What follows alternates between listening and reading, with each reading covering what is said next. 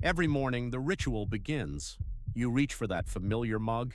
The smell hits first, warm and rich. One sip and the day feels possible again. But have you ever wondered what that coffee is really doing inside you? Because the truth is, that tiny cup can trigger a chain reaction that rewires your brain and body in ways most people never notice. The secret lies in caffeine, the most widely used psychoactive drug in the world.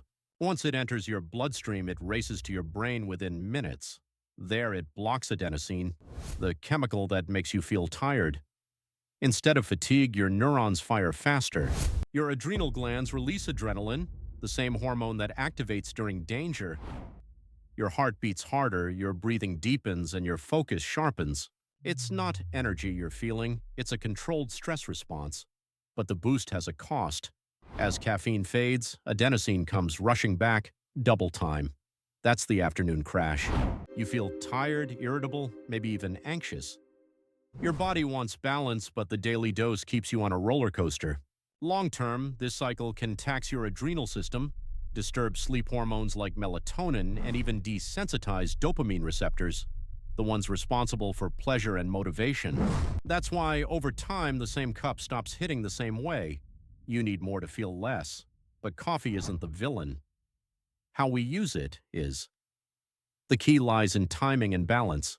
Drink your coffee mid-morning, not right after waking up, to align with natural cortisol rhythms. Stay under 400 milliliters of caffeine a day, about 3 to 4 cups. Pair it with a meal or healthy fat to slow absorption. And every few weeks, take a caffeine reset for a few days to restore your body's sensitivity. Used wisely, coffee can improve alertness, enhance memory, and even boost fat metabolism. It's one of nature's most powerful performance tools, if you respect its limits. So next time you lift that cup, remember, it's not just coffee. It's chemistry, emotion, and habit all in one sip. Treat it with awareness, and it can sharpen your life. Abuse it, and it slowly dulls your body's natural power.